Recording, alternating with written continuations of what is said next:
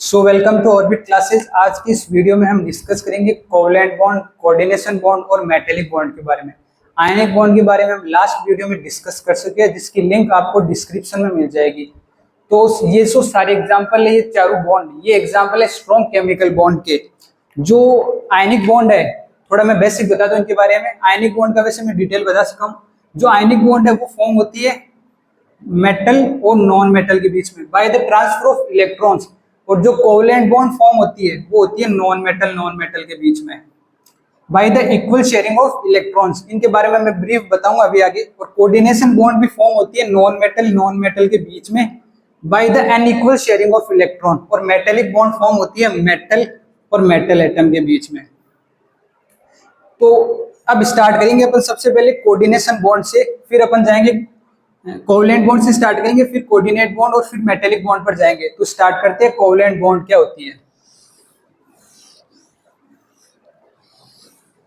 तो covalent bond form होती है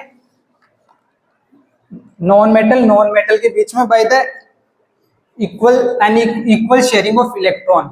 तो जो इसकी डेफिनेशन बनेगी तो वो होगी it is a type of chemical bond which is formed by equal sharing। ये लाइन है, ये इंपॉर्टेंट है। Equal sharing of electrons between two और मोर देन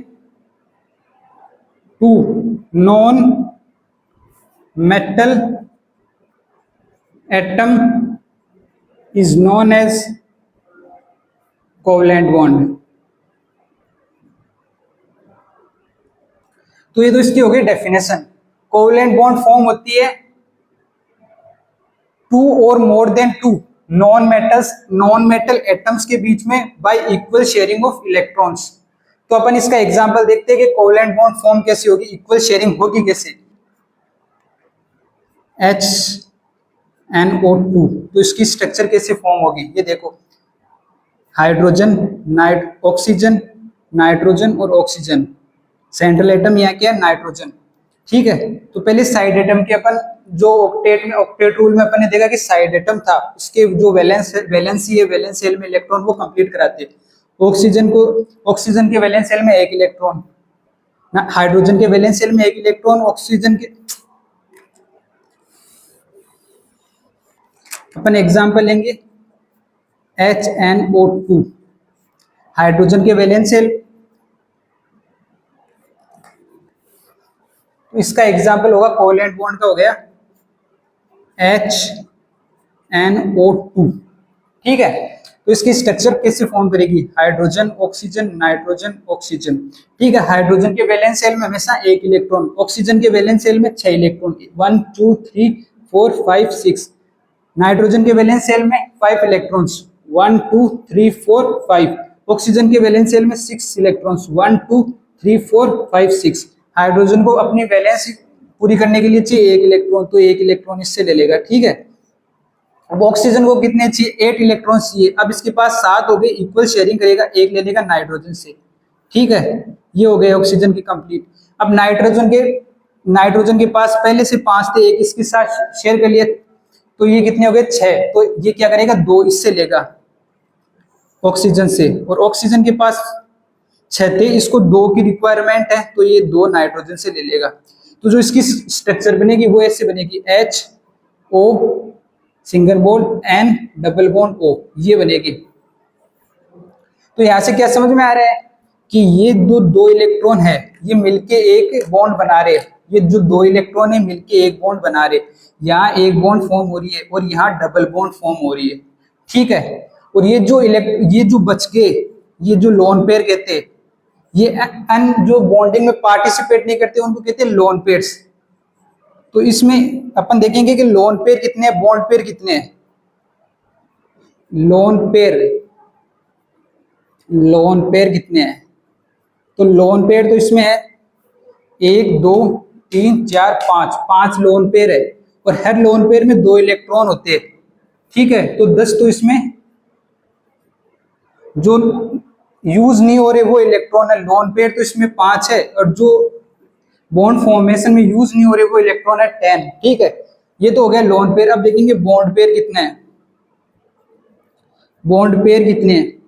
ठीक है, तो बॉन्ड बॉन्ड बनाने में पार्टिसिपेट ये कर रहे हैं 1 2 3 4 5 6 7 8, 8 इलेक्ट्रॉन्स बॉन्ड फॉर्मेशन में पार्ट कर रहे हैं। तो पेयर बनते हैं तो 2 से 1, 2 इलेक्ट्रॉन बन के एक पेयर बनाते हैं, तो बॉन्ड पेयर हो गए 4। ठीक है, तो ये तो हो गए लोन पेयर और बॉन्ड पेयर का कंसेप्ट। ठीक है, तो अब इस कोई भी स्ट्रक्चर है आपके सामने, तो आप इसकी स्ट्रक्चर बना के आप उसके लोन पेयर और बॉन्ड पेयर निकाल सकते हैं। तो इसमें लोन पेयर हो गए 2 ऑक्सीजन इसके हो गए, 1 नाइट्रोजन और 2 इस ऑक्सीजन के हो गए, तो टोटल हो गए लोन पेयर 5। बॉन्ड पेयर हो गए जो बॉन्ड फॉर्म कर रही है। एक बॉन्ड में 2 इलेक्ट्रॉन होते हैं, एक बॉन्ड में 2 इलेक्ट्रॉन होते हैं, और एक लोन पेयर में भी 2 इलेक्ट्रॉन होते हैं। ठीक है, ये तो इसका जो कोवलेंट बॉन्ड है इसका जो डेफिनेशन होगी, और एक एग्जांपल हो गया कि किस तरह से इक्वल शेयरिंग हो रही है इनके इलेक्ट्रॉन्स के बीच में। से एक इलेक्ट्रॉन हाइड्रोजन अपना इलेक्ट्रॉन ऑक्सीजन के साथ कर रहा है, तो ऑक्सीजन भी अपना एक इलेक्ट्रॉन हाइड्रोजन के साथ कर रहा है, शेयर कर रहा है। नाइट्रोजन जैसे अपने 2 इलेक्ट्रॉन ऑक्सीजन के साथ शेयर कर रहा है, तो ऑक्सीजन भी अपने 2 इलेक्ट्रॉन नाइट्रोजन के साथ शेयर कर रहा है। तो कोवलेंट बॉन्ड में क्या होता है, इक्वल शेयरिंग होती है। ये देखो आप इक्वल शेयर ही कर रहे हैं, नाइट्रोजन भी ऑक्सीजन के साथ इक्वल 2 इलेक्ट्रॉन शेयर कर रहा है, और ऑक्सीजन भी नाइट्रोजन के साथ इक्वली 2 इलेक्ट्रॉन ही शेयर कर रहा है। तो ये तो हो गया कोवलेंट बॉन्ड के बारे में, जो इसका इंट्रो था वो हो गया। अब अपन देखेंगे कोऑर्डिनेशन बॉन्ड कैसे फॉर्म होती है। तो कोऑर्डिनेशन बॉन्ड में क्या होता है, अनइक्वल शेयरिंग ऑफ इलेक्ट्रॉन्स होती है। कोऑर्डिनेशन बॉन्ड में होती है अनइक्वल शेयरिंग ऑफ इलेक्ट्रॉन्स, और इसमें होती है इक्वल शेयरिंग ऑफ इलेक्ट्रॉन्स। ठीक है, और कोऑर्डिनेशन बॉन्ड में फॉर्म होती है नॉन मेटल के बीच में। तो अगला टॉपिक है कोऑर्डिनेशन बॉन्ड।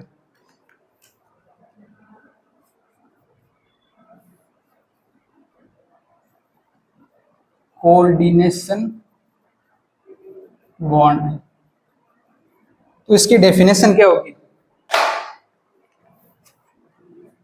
इसकी डेफिनेशन होगी the chemical bond which is formed between 2 और more then 2 non metal atom by unequal sharing of electron. Covalent bond में तो इक्वल शेयरिंग ऑफ इलेक्ट्रॉन होते हैं, इसमें अनइक्वल शेयरिंग ऑफ इलेक्ट्रॉन होते हैं। तो इसकी डेफिनेशन होगी the chemical bond which is formed between 2 or more than 2 non-metal atom by unequal sharing of electron is known as coordination bond, या फिर कोऑर्डिनेशन कंपाउंड कहते हैं कोऑर्डिनेशन बॉन्ड। ठीक है, तो इसमें जो इंपॉर्टेंट लाइन है वो है अनइक्वल शेयरिंग ऑफ इलेक्ट्रॉन्स।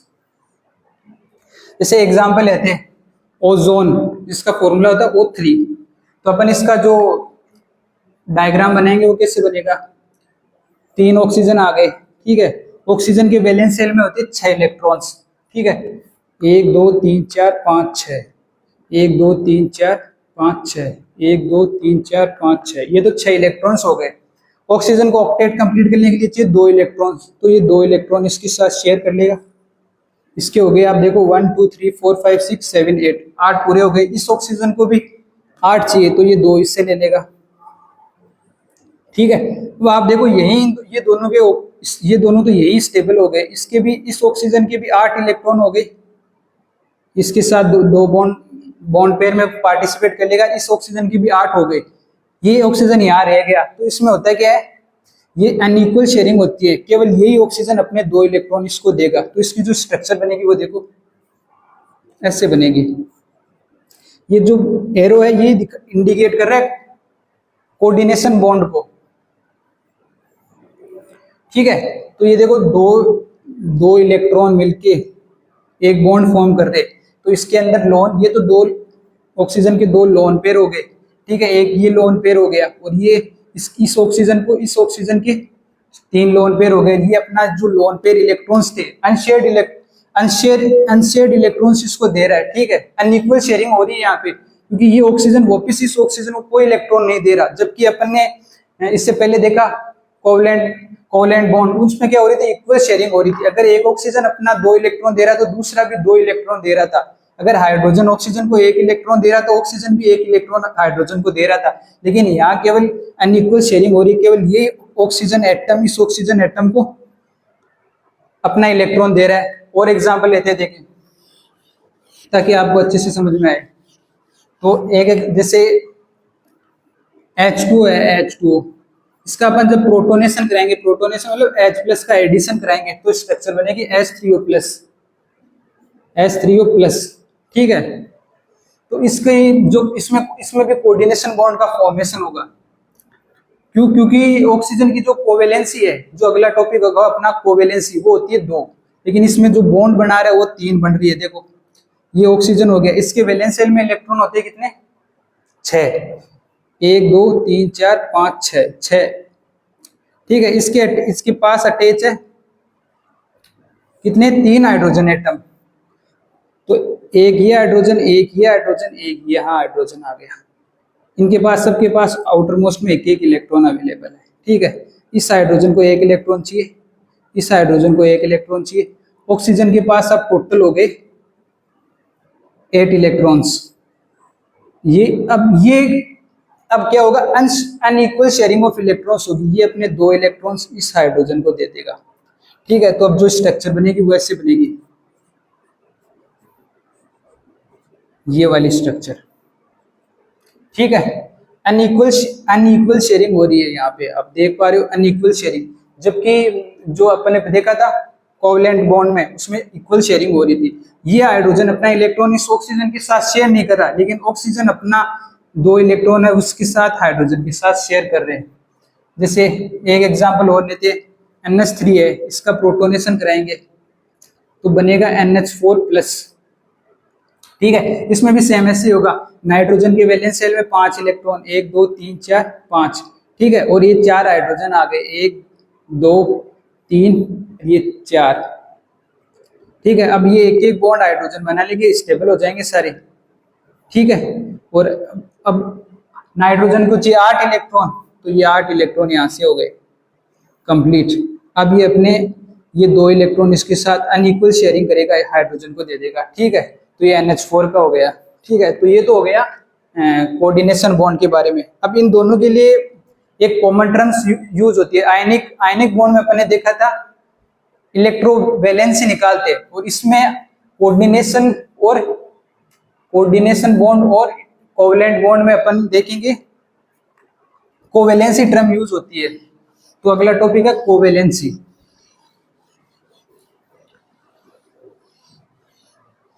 जो कि यूज होगी दोनों कोऑर्डिनेशन बॉन्ड और कोवलेंट बॉन्ड के लिए।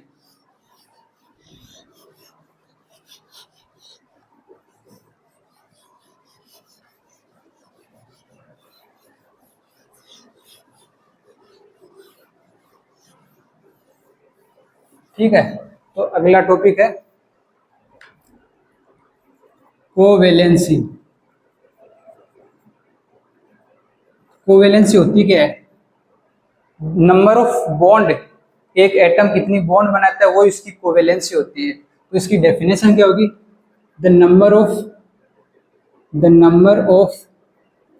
बॉन्ड, कौन सी बॉन्ड, या तो कोवलेंट बॉन्ड या फिर कोऑर्डिनेशन बॉन्ड, इनके लिए यूज करेंगे अपन ये टर्म, या तो कोवलेंट बॉन्ड या फिर coordination bond. The number of bond formed bye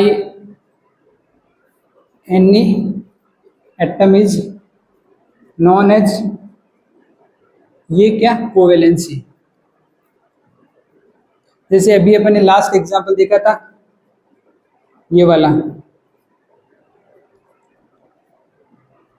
HNO2 का, तो इसकी कोवैलेंसी क्या होगी, अपन देखेंगे जो जितनी नंबर ऑफ बॉन्ड फॉर्म होगी वो इसकी कोवैलेंसी होगी। तो यहाँ 1 2 3 4, 4 बॉन्ड फॉर्म हो रही तो इसकी कोवैलेंसी होगी 4। ये तो यूज हो गया कोऑर्डिनेशन के कोवैलेंट के लिए। और कोऑर्डिनेशन का एग्जांपल देखा था अपन ने ओजोन O3 का, तो इसमें था ये।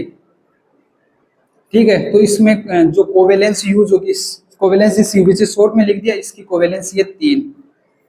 ठीक है, तो कोवेलेंसी क्या होती है, नंबर ऑफ बॉन्ड, जितनी बॉन्ड फॉर्म होगी वही होगी कोवेलेंसी। ठीक है, तो ये कोवेलेंसी 4 आ गई। ठीक है, ये आती किसके लिए, इस एटम की कितने बॉन्ड फॉर्म करता है, तो अब हम कोवेलेंसी देखेंगे हर एक एटम के लिए। जैसे बोरॉन हो गया, कार्बन हो गया, नाइट्रोजन हो गया, इनकी कोवेलेंसी कैसे एक्सपेंड करती है, तो वो सारा अपन देखेंगे आगे। तो ये तो हो गया कोवेलेंसी का कंसेप्ट। कोवेलेंसी में सिंपल यही देखना है कि कितने बॉन्ड फॉर्म करता है। और आयनिक कंपाउंड में क्या देखते हैं, इलेक्ट्रोवैलेंसी, उसमें क्या कहते हैं, उसमें भी ये सिमिलर यही देखते हैं कि आयनिक बॉन्ड कितनी फॉर्म होती है, वो भी उसकी इलेक्ट्रोवैलेंसी। और कोवेलेंट और कोऑर्डिनेशन के लिए यूज होती है कोवेलेंसी। तो एक्सपेंशन ऑफ कोवेलेंसी देखेंगे, जैसे एग्जांपल लेते हैं बेरिलियम, इसका एटॉमिक नंबर होता है 4, इलेक्ट्रॉनिक कॉन्फ़िगरेशन लिखेंगे 1s2 2s2। अब इसकी कोवेलेंसी चेक कैसे करते हैं, ये देखो। तो हमेशा जो बॉन्ड फॉर्म होती है तो उसमें हमेशा outer most electron bond formation में पार्टिसिपेट करते हैं। तो यहाँ ये केवल आउटर मोस्ट में 2s है, केवल यही बॉन्ड फॉर्मेशन में पार्टिसिपेट करेगा। यहाँ की 2p भी आता है, लेकिन यहाँ 0, यहाँ 2p 0 है। तो होगा क्या,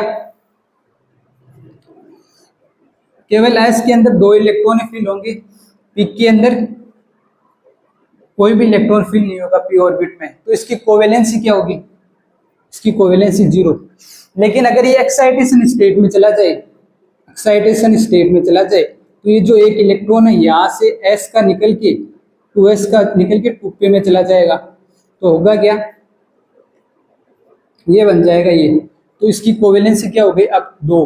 तो जितने नंबर ऑफ अनपेयर्ड इलेक्ट्रॉन होंगे उतनी ही कोवेलेंसी होगी। तो यहाँ से एक चीज समझ में आ रही है, covalency is equal to number of unpaired electrons.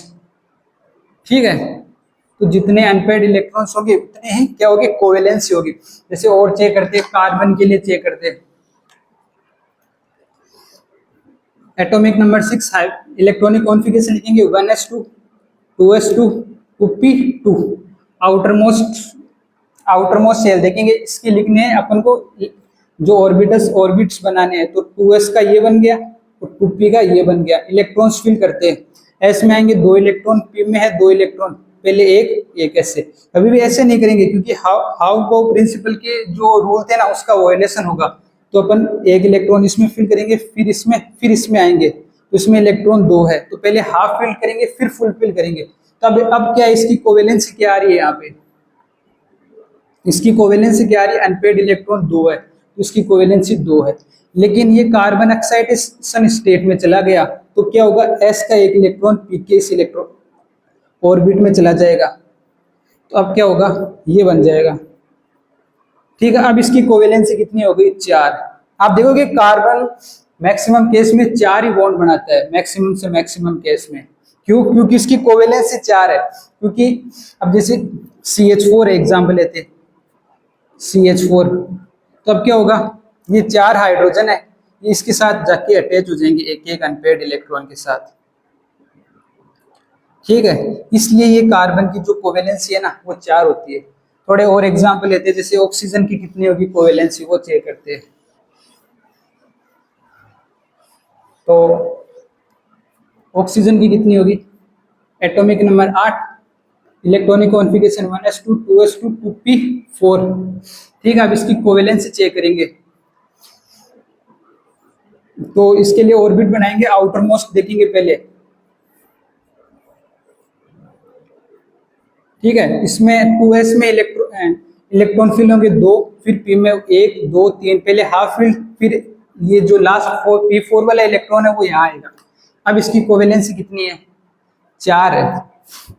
अगर अपन चाहेंगे कि जैसे इस बेरिलियम है, इसको अपन एक्साइट करके एक इलेक्ट्रॉन p में भेज दिया, तो इसका भी एक एक्साइट करके s में या d में नहीं सेंड कर सकते क्या, लेकिन ऐसा नहीं होता। वो केवल सेकेंड पीरियड एलिमेंट्स के लिए ऐसा कुछ नहीं होता, ये केवल थर्ड पीरियड एलिमेंट्स, जो भी एग्जांपल अपन देखेंगे थर्ड पीरियड एलिमेंट्स के लिए होगा, जहाँ पे जो इलेक्ट्रॉन एक्साइट करके डी डी सब डी ऑर्बिट में चले जाते हैं। जैसे अब एग्जांपल लेते हैं कोई थर्ड पीरियड का, ठीक है, जैसे हो गया सल्फर हो गया, इसका एटॉमिक नंबर कितना आता है, सल्फर 16 आ गया, ठीक है। अब इसका इलेक्ट्रॉनिक कॉन्फ़िगरेशन क्या लिखेंगे, 1s2 2s2 2p6 3s2 3p4, ठीक है, टोटल हो गए 16, ठीक है।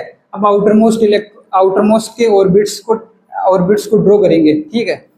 ये तो 3s हो गया और ये 3p हो गया, इसमें इलेक्ट्रॉन 2 है और p में है 4, 1 2 3 4।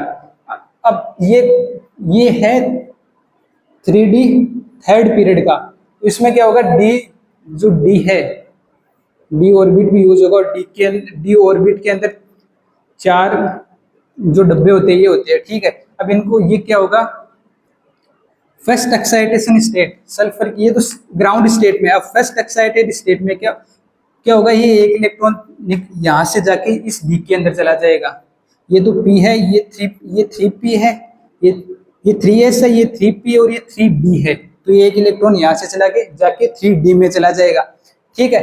अभी इसकी कोवेलेंसी कितनी है, अभी इसकी कोवेलेंसी है 2, क्योंकि नंबर ऑफ अनपेड इलेक्ट्रॉन है 2। अब क्या होगा, एक्साइटेड स्टेट में ये एक इलेक्ट्रॉन यहाँ से निकल के यहाँ 3d में चला जाएगा, ठीक है। ये यहाँ एक इलेक्ट्रॉन रह जाएगा और ये डी के अंदर चला जाएगा,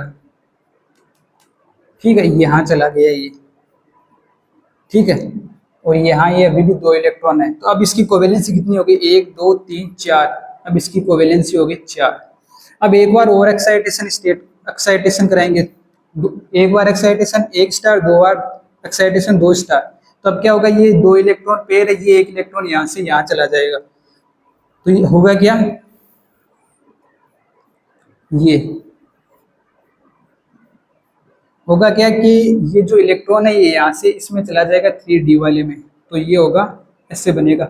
अब इसके आप चेक करो, 1 2 3 4 5 6, इसकी कोवेलेंसी होगी 6, ठीक है। इस तरह अपन किसी भी कोवेलेंसी चेक कर सकते हैं एक्साइटेशन स्टेट में, ठीक है। एक एग्जांपल और ले लेते हैं छोटा सा कोई, जिससे आपको और क्लियर हो जाए।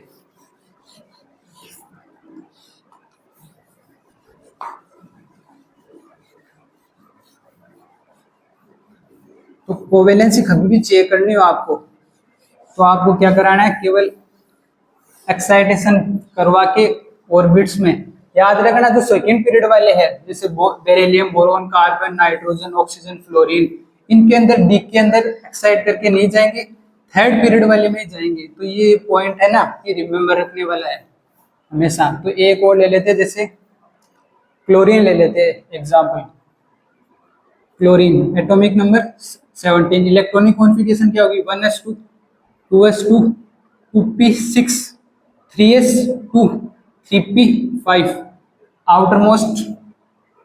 आउटरमोस्ट ऑर्बिट्स को लेते हैं, तो कैसे लिखेंगे, ये तो हो गया 3s, ये हो गया 3p और 3d के अंदर है 0 इलेक्ट्रॉन्स, तो ये अपन ड्रॉ कर लेते हैं क्योंकि इसमें d भी लेते हैं, ठीक है। तो ये तो ग्राउंड स्टेट पर है क्लोरीन, अभी इलेक्ट्रॉन फिल करेंगे 1 2 3 4 5, अभी इसकी कोवेलेंसी कितनी है, अभी इसकी कोवेलेंसी 1 है ग्राउंड स्टेट पर क्लोरीन की। अब एक्साइटेशन स्टेट पर देखेंगे इसकी कोवेलेंसी क्या होगी, तो एक्साइटेशन स्टेट पर होगा क्या,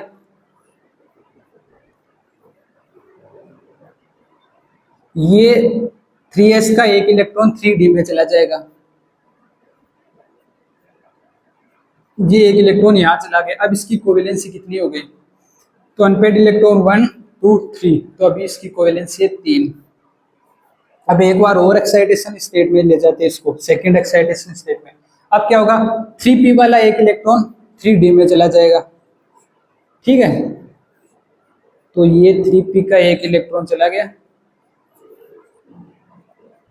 3d में, अब इसकी कोवेलेंसी कितनी होगी, काउंट करो अनपेड इलेक्ट्रॉन्स 1 2 3 4 5, अब इसकी कोवेलेंसी होगी 5, ठीक है। अब एक बार और excitation state, third excitation state में, अब क्या होगा, ये जो ये पेड इलेक्ट्रॉन है ये 3p वाले ये 3d में चले जाएंगे,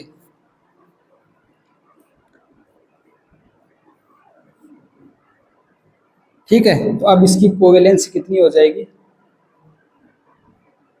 1 2 3 4 5 6 7। तो जो क्लोरीन की कोवेलेंसी है वो मैक्सिमम कहाँ तक जाती है, 7 तक, मैक्सिमम कोवेलेंसी। तो इससे एक बात क्लियर हो रही है कि जो सेकेंड पीरियड के एलिमेंट्स है, सेकेंड पीरियड के एलिमेंट्स, अगर उनकी कोवेलेंसी का अपन एक ग्राफ के फॉर्मेट में डायग्राम बनाए, तो मान लो ये तो कोवेलेंसी है और ये इनके एटॉमिक नंबर है, तो जो मैक्सिमम कोवेलेंसी 1 से स्टार्ट होकर मैक्सिमम जाती है 4 तक, जो कि है कार्बन की, फिर वापस डिक्रीज होने लग जाती है। मैक्सिमम मैक्सिमम कोवेलेंसी ये कार्बन तक मैक्सिमम, आप देखोगे जो सेकंड पीरियड है उसकी मैक्सिमम कोवेलेंसी कहाँ तक होती है, कार्बन तक, वो होती है 4। ठीक है, जबकि थर्ड पीरियड का जिसमें अभी देखा था, जिसमें अपन डी डी ऑर्बिटल को भी इंक्लूड करते हैं, तो इसमें क्या होती है, अगर इसका जो डायग्राम, जो ग्राफ बनेगा वो कैसे बनेगा, ये कोवेलेंसी और ये है एटॉमिक नंबर, तो इसका जो डायग्राम बनेगा वो 1 से स्टार्ट होकर हमेशा मैक्सिमम कोवेलेंसी, जैसे अपन ने अभी इसके देखी क्लोरीन की जो मैक्सिमम कोवेलेंसी है 7 तक, जैसे अपन किसी का भी देखेंगे तो उसकी इंक्रीज ही होती जाएगी, जबकि इसमें क्या होता है सेकंड पीरियड में कार्बन तक इंक्रीज होती है और फिर डिक्रीज होने लग जाती है। तो ये कंसेप्ट हुआ आपका कोवेलेंसी को लेकर। ठीक है, अब अपन देखेंगे आगे कि कौन कौन से एलिमेंट्स कैसे कैसे एग्जिस्ट करते हैं, वो देखेंगे। ठीक है, तो जैसे एक पॉइंट है वो ये है कि हाइड्रोजन हो गया, फ्लोरीन हो गया, क्लोरीन हो गया, ब्रोमीन हो गया, आयोडीन हो गया, CH3 हो गया, SiS3 हो गया, सिलिकॉन S3 हो गया, या OH हो गया, ये हमेशा सेंट्रल एटम के साथ सेंट्रल एटम के साथ सेंट्रल एटम के साथ हमेशा क्या बनाते हैं, सिंगल बॉन्ड ही बनाते हैं। सेंट्रल एटम के साथ सिंगल बॉन्ड ही फॉर्म करेंगे हमेशा। ठीक है, और जबकि अगर इन पे नेगेटिव आ गया, H माइनस हो गया, fluorine minus, chlorine minus, iodine minus, bromine minus हो गया, OH माइनस हो गया, ये हमेशा फॉर्म करते हैं coordination bond. Coordination bond form करेंगे इसके साथ, सेंट्रल एटम के साथ। ठीक है, तो ये तो जो इंपॉर्टेंट पॉइंट है कि कौन से कोऑर्डिनेशन बॉन्ड फॉर्म करेंगे और कौन से सेंट्रल एटम के साथ सिंगल बॉन्ड फॉर्म करेंगे। ठीक है, एक बात और है, वो ये है कि जो साइडेड, जैसे अपन कोई भी स्ट्रक्चर बनाए, जैसे PCl5 प्लस है, तो इसमें जो पॉजिटिव चार्ज है ये हमेशा किस पे रहेगा, साइड एटम पर रहेगा या सेंट्रल एटम पर रहेगा। तो जो पॉजिटिव चार्ज है हमेशा, ये पॉइंट हमेशा याद रखने वाला है कि जो पॉजिटिव चार्ज आएगा ना, जब भी पॉजिटिव चार्ज आएगा तो वो हमेशा सेंट्रल एटम पर रहेगा। पॉजिटिव चार्ज आएगा ना, positive charge comes always on, और जो सेंट्रल एटम होता है, जो सेंट्रल एटम होता है वो होता है लेस इलेक्ट्रोनेगेटिव। ठीक है, ऑन लेस इलेक्ट्रोनेगेटिव एटम।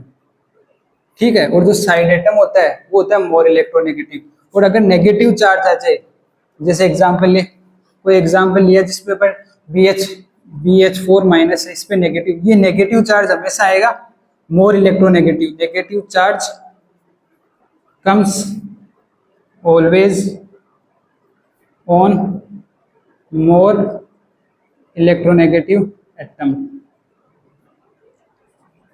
ठीक है, तो ये 4 पॉइंट है, ये इंपॉर्टेंट है, आप इसको नोट कर सकते हो। ठीक है, तो अपन देखेंगे आगे,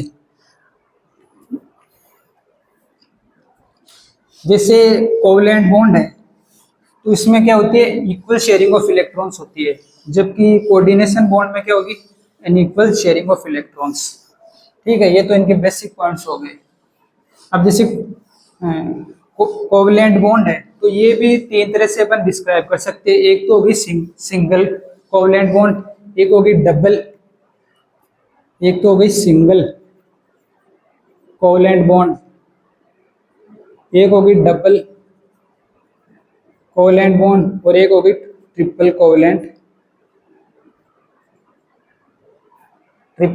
बॉन्ड। सिंगल कोवलेंट बॉन्ड का एग्जांपल देखिए तो H2 हो गया, जैसे इसमें इक्वल शेयरिंग होती है, अपने देखा था कोवैलेंट बॉन्ड में इक्वल शेयरिंग ऑफ इलेक्ट्रॉन, जैसे एक एच का ये आ गया, एक एच का ये आ गया, तो इनमें हमेशा इक्वल शेयरिंग ऑफ इलेक्ट्रॉन्स होगी, और इनके बीच में जो बॉन्ड बन रही है दो इलेक्ट्रॉन्स के बीच में, तो वो हो गई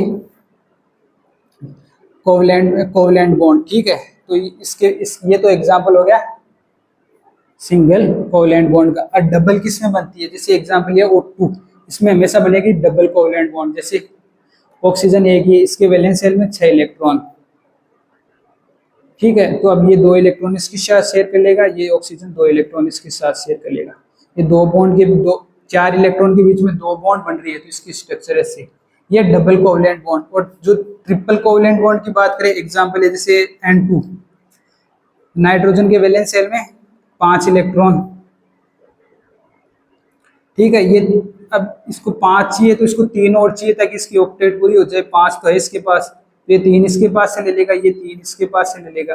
अब आप काउंट कर लो, दोनों के 8-8 हो गए, तो इसके बीच में बनेगी, ये 3 बॉन्ड बन गए ना, तो इनके बीच में बनेगी ट्रिपल कोवैलेंट बॉन्ड। तो ये कोवैलेंट बॉन्ड के एग्जाम्पल हो गए। ये कोवैलेंट बॉन्ड कितनी तरह से बन सकती है। ठीक है, अब अपन देखेंगे एग्जिस्टेंस ऑफ स्पीसीज के, कौन कौन सी स्पीसीज एग्जिस्ट करती है। जैसे हर कोई सी स्पीसीज भी एग्जिस्ट नहीं करती किसी के साथ, कौन सा एटम किसके साथ जुड़ता है वो देखेंगे।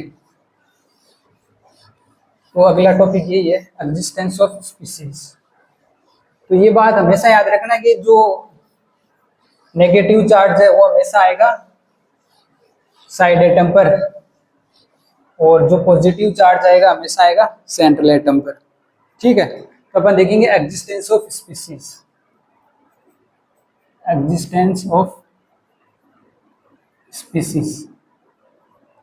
ठीक है, इसमें अपन पहला पॉइंट देखेंगे on the basis of covalency. ठीक है, तो इसमें जो पहला पॉइंट है on the basis of covalency. Covalency अभी अपने लास्ट में भी डिस्कस किया था। जैसे BH4 माइनस एग्जिस्ट करता है और CCl5 माइनस ये एग्जिस्ट नहीं करता, तो ये अपन देखेंगे कोवेलेंसी की हेल्प से कि जैसे ये एग्जिस्ट करता है और ये एग्जिस्ट नहीं करता। तो ठीक है, तो ये अपन ये चेक करते हैं कि ये एग्जिस्ट कैसे करता है और ये एग्जिस्ट कैसे नहीं करता। CCl6 माइनस, ठीक है, CCl5 तो करता है, CCl5 भी नहीं करता, CCl4 करता है, CCl5 भी नहीं करता। ठीक है, तो अपन चेक करेंगे जैसे ये एग्जिस्ट करता है, ये एग्जिस्ट कैसे नहीं करता। तो इसको चेक करने का मेथड है on the basis of covalency से कैसे चेक करेंगे। जैसे बोरोन है, इसका एटॉमिक नंबर है 5, तो इसकी इलेक्ट्रॉनिक कॉन्फ़िगरेशन लिखेंगे 1s2 2s2 2p1। ठीक है, तो आउटर मोस्ट में ये हो गए, तो अब लिखेंगे कैसे, ऐसे, ये 2s है, ये 2p है। अब इसकी कोवेलेंसी कितनी है, 1 है अभी तो, लेकिन ये एक्साइटेशन स्टेट में चला गया तो क्या होगा, ये ऐसे, ये। ठीक है, ये वैकेंट ऑर्बिटल है। और हमेशा ये पॉइंट याद रखना कि जो वैकेंट ऑर्बिटल है ना, वैकेंट ऑर्बिटल के साथ ही हमेशा कोऑर्डिनेट बॉन्ड फॉर्म होगी। कोऑर्डिनेट बॉन्ड को फॉर्म करने के लिए वैकेंट ऑर्बिटल चाहिए, वैकेंट ऑर्बिटल। ठीक है, ये हमेशा याद रखना, वैकेंट ऑर्बिटल किसके साथ फॉर्म है, कोऑर्डिनेशन बॉन्ड के बाद। तो ये जो BH4 माइनस है, BH4 माइनस, तो ये H, अभी मैंने लास्ट जो पॉइंट लिखवाए थे अभी जो 4 पॉइंट, उसमें ये था कि H माइनस हमेशा कोऑर्डिनेशन बॉन्ड फॉर्म करेगा। तो ये माइनस है, ये कैसे होगा, ये 4 हाइड्रोजन है, इसके ऊपर माइनस है, तो ये 3 हाइड्रोजन, तो इसके साथ बॉन्ड बनाएंगे सिंपल कोवैलेंट बॉन्ड, और इसकी सिर्फ वैकेंट ऑर्बिटल H माइनस, ये बनेगा कोऑर्डिनेशन बॉन्ड। ठीक है, तो ये एग्जिस्ट कर रहा है, यहाँ से साफ साफ दिख रहा है आपको कि सब इसको वैकेंट ऑर्बिटल मिल गया और इनको एक इलेक्ट्रॉन मिल गया ताकि इक्वल शेयरिंग ऑफ इलेक्ट्रॉन कर सके, तो ये एग्जिस्ट कर रहा है। अपन देखिए CCl6 माइनस एग्जिस्ट कर रहा है या नहीं कर रहा, CCl6 माइनस, तो कार्बन की इलेक्ट्रॉनिक कॉन्फ़िगरेशन लिखेंगे 1s2 2s2 2p2। ठीक है, तो आउटर मोस्ट ऑर्बिटल्स को ड्रॉ करते हैं क्योंकि हमेशा आउटर मोस्ट की बॉन्ड फॉर्मेशन में यूज होंगे। ठीक है, ये हो गई। अब अपन इसको भेजेंगे एक्साइटेशन स्टेट में, कार्बन एक्साइटेशन स्टेट में, तो ये हो गया। अब आप देखोगे कि ये क्लोरीन है तो 6 है, जबकि बॉन्ड बनाने के लिए इसके पास केवल 4 इलेक्ट्रॉन अनपेड इलेक्ट्रॉन अवेलेबल है। जैसे क्लोरीन है ना, ये 6 क्लोरीन है, 1 2 3 4 5 6, दो पर आगे, एक पर आगे मान लो नेगेटिव। ठीक है, तो ये इसको इसके लिए तो न तो वैकेंट ऑर्बिटल इसके पास अवेलेबल है, न इसके पास इस इलेक्ट्रॉन के लिए कोई अनपेड इलेक्ट्रॉन है, केवल ये 4 ही बॉन्ड बनाएंगे, इसलिए CCl4 ही एग्जिस्ट करता है। अगर ये CCl4 होता तो ये क्लोरीन है, के क्लोरीन इसके साथ बॉन्ड फॉर्म कर लेते। ठीक है, तो ये तो हो गया इसका जो on the basis of covalency से अपन कैसे चेक करेंगे। ठीक है, तो ये तो हो गया इसका पहला पॉइंट, एग्जिस्टेंस ऑफ स्पीसीज का। अगला पॉइंट होगा on the basis of contraction. ठीक है, कि कॉन्ट्रैक्शन की वजह से कैसे एग्जिस्ट करते हैं नहीं करते। ठीक है, जैसे PCl6 एग्जिस्ट करता है, जबकि PH6 एग्जिस्ट नहीं करता। और एग्जाम्पल लेते हैं, जैसे ये लेते PCl5 एग्जिस्ट करता है। ठीक है, और जबकि PH5 एग्जिस्ट नहीं करता, जबकि ये एग्जिस्ट क्यों करता है, ये on the basis of contraction में देखेंगे। ठीक है, इसका रीजन क्या है कि जो फोस्फोरस है ना, पहले अपन इसका जो डायग्राम बनाएंगे वो कैसे बनेगा। फोस्फोरस पर कितने नंबर पर आता है, sodium magnesium aluminium silicon phosphorus 15 पर आता है। तो इसकी इलेक्ट्रॉनिक कॉन्फ़िगरेशन है 1s2 2s2 2p6 3s2 3p3। ठीक है, 3p3 हो गई। ठीक है, अब अपन इलेक्ट्रॉन्स को फिल करेंगे आउटर मोस्ट वाले को। ठीक है, ये तो 3s के हो गए, ये 3p के ये हो गए। ठीक है, अब इसके अंदर से ये थर्ड पीरियड का है, तो इसमें dp प्रेजेंट होगा 3d0, ये 3d0। ठीक है, तो ये अपना एक इलेक्ट्रॉन एक्साइड करके इसमें चला जाएगा। ठीक है, अब क्लोरीन अपने पास 5 है, 1 2 3 4 ये 5, इसने 5 बॉन्ड फॉर्म कर लिए। ठीक है, 5 बॉन्ड फॉर्म कर लिए क्लोरीन के साथ, तो ये एग्जिस्ट कर रहा है। जबकि अब आप कहोगे कि हाइड्रोजन भी तो इनके साथ एक ही बॉन्ड फॉर्म कर सकता है जिस तरह क्लोरीन ने की है, पर होगा क्या कि इसकी जो इलेक्ट्रोनेगेटिविटी का जो डिफरेंस है ना, वो बहुत ज्यादा है फॉस्फोरस और हाइड्रोजन में। यहाँ जो नेगेटिविटी है वो फॉस्फोरस क्लोरीन से क्या है, ज्यादा है।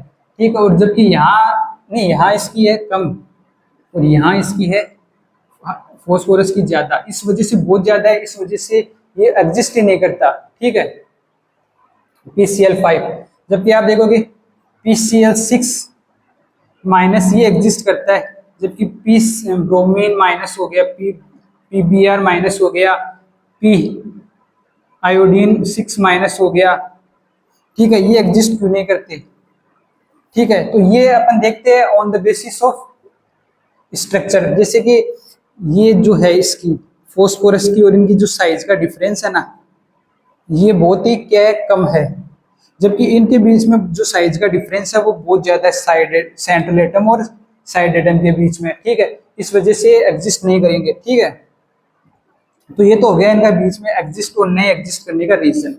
ठीक है, तो ये एग्जिस्टेंस ऑफ स्पीसीज अपने देख लिया कौन सी स्पीसीज एग्जिस्ट करते हैं और कौन से नहीं करते। तो अगला टॉपिक है अपना, अपने आयनिक बॉन्ड देख लिया था, कोवैलेंट बॉन्ड देख लिया, कोऑर्डिनेशन, और देखेंगे मेटेलिक बॉन्ड। मेटेलिक बॉन्ड कैसे फॉर्म होगा, तो अगला टॉपिक है metallic bond. Metallic bond form होता है मेटल एटम के बीच में।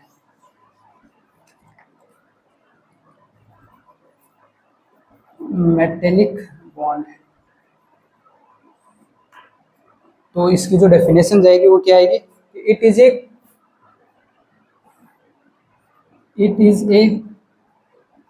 Type of chemical bond, strong chemical bond. Short में लिख दिया, it is a type of chemical bond which is